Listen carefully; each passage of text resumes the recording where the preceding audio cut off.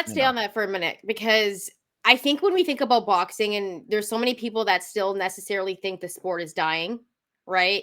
And then you got the guys that make you want to watch fights. Deontay Wilder is still one of those guys. Tank Davis sells pay-per-views. People want to see him knock dudes out. I think Teofimo Lopez is one of those guys that people want to see fight.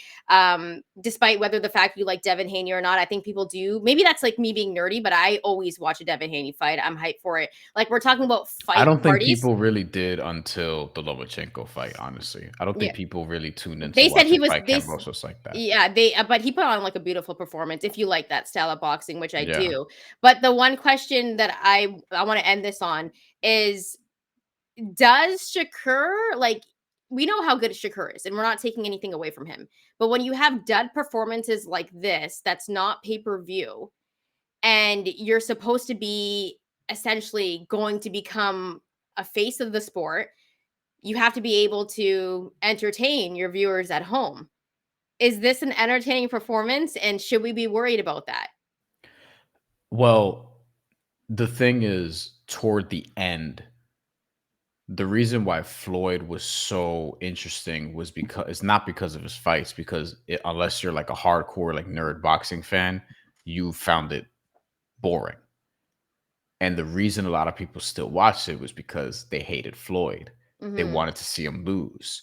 So if Shakur is going to fight like this, he needs to put on the WWE persona, really become hated, and actually get people to want to see him lose. Which, if that's what you're going for, I mean, he's sort of trending in that direction, because a lot of people are starting to turn on him. They're finding him annoying. They think he talks a lot of shit. He's arrogant, all this, and that.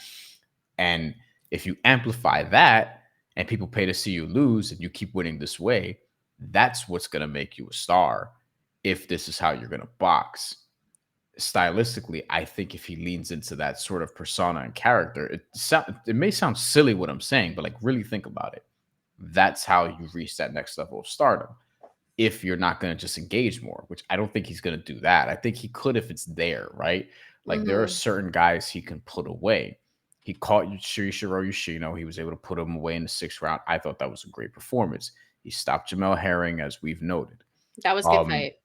And that was an interesting fight. That was a good fight. And that was one that, that was sort of his coming out party as a professional fighter.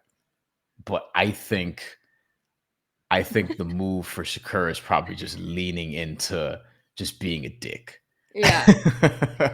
I don't know if Shakur can do that, but best I could put it. People are, they are turning on him. Like, they want to see Shakur lose. And I think that's the thing. I think he'll get more viewers that way. By the way, shout out to the homie Anthony Beck here, who I've jumped on Anthony's podcast before as well. Thanks for rocking with us, Anthony. We'll get to a couple of more comments, and then I want to move over to the co-main, because I think that was a better fight to talk about. All right, so I'm going to pick one more comment, and let's go to Jay, actually, really quickly. Shakur will never be a superstar if he keeps doing this, even if he keeps winning. You know what? How many superstars does boxing have right now? Would be my question.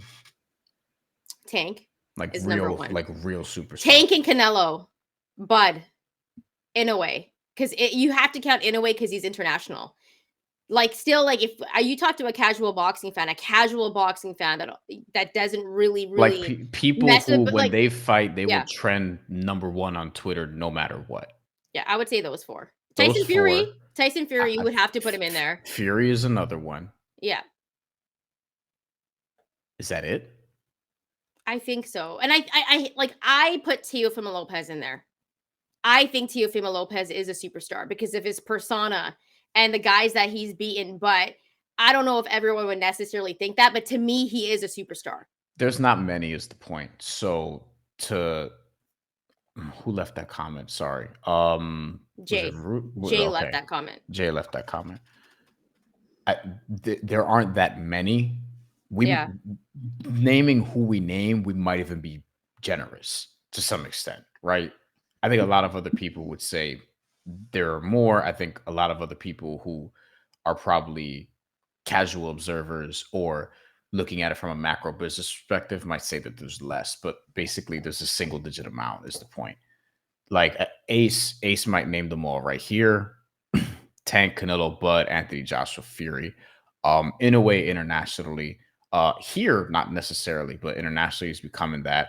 A Cool Ken. I mean, let's be real. He's not wrong. He's not wrong right now. He mentions Jake Paul, and in terms of who do people want to see fight, I think even though Jake Paul is fighting Andre August, who nobody knows, people are gonna watch that fight because why? They want to see Jake Paul lose, or they want to see Jake Paul win. They're invested in the outcome, right? This is wrestling. This is pro wrestling shit. Everything is wrestling. Everything just comes back to wrestling. If Shakur Stevenson is going to be one of the stars of this sport, he's gonna have to be hated if he's gonna fight this way. He got to turn heel. He's got to be super polarizing. Just lean into the shit and really. And I think he could because he actually believes it, right? Like a lot of people don't like him as it is, so it's like, all right, fuck it, just lean into that.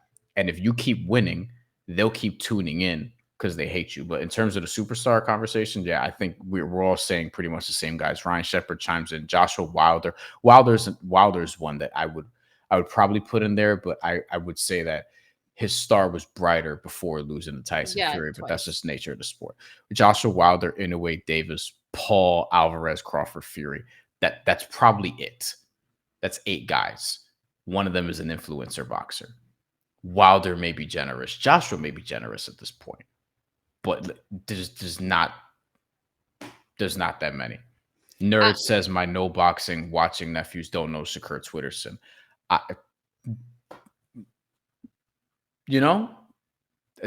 Most world champions, your friends have not heard of these people. This sport just doesn't have a lot of superstars like that. You don't become superstars with performances like this unless people pay to watch you win or watch you lose. Let's answer this last question before we go to Emmanuel Navarrete, because this is a good one. A says, after tonight, who are you guys' top 3 lightweights?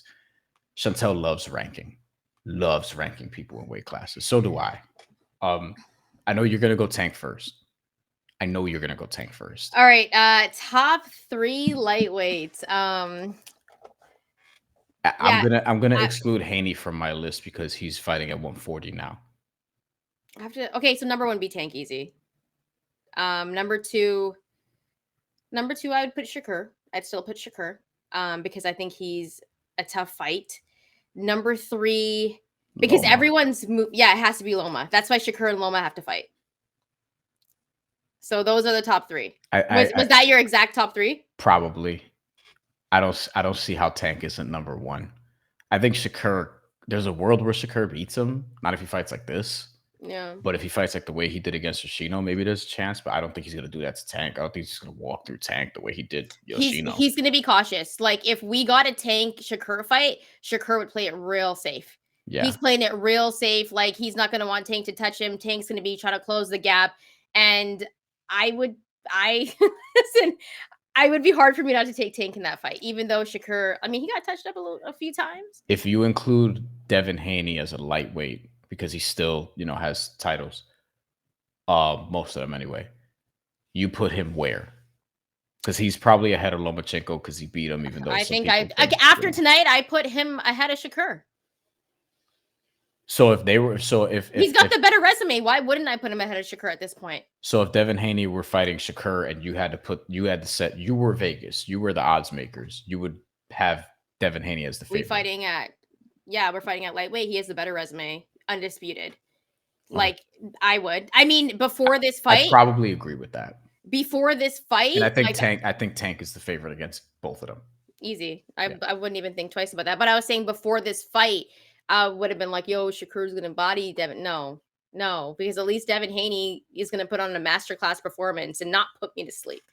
Okay, so let's get off of this topic because we've been here for a minute and I think we've touched on everything. Let's quickly touch on late. Navarrete.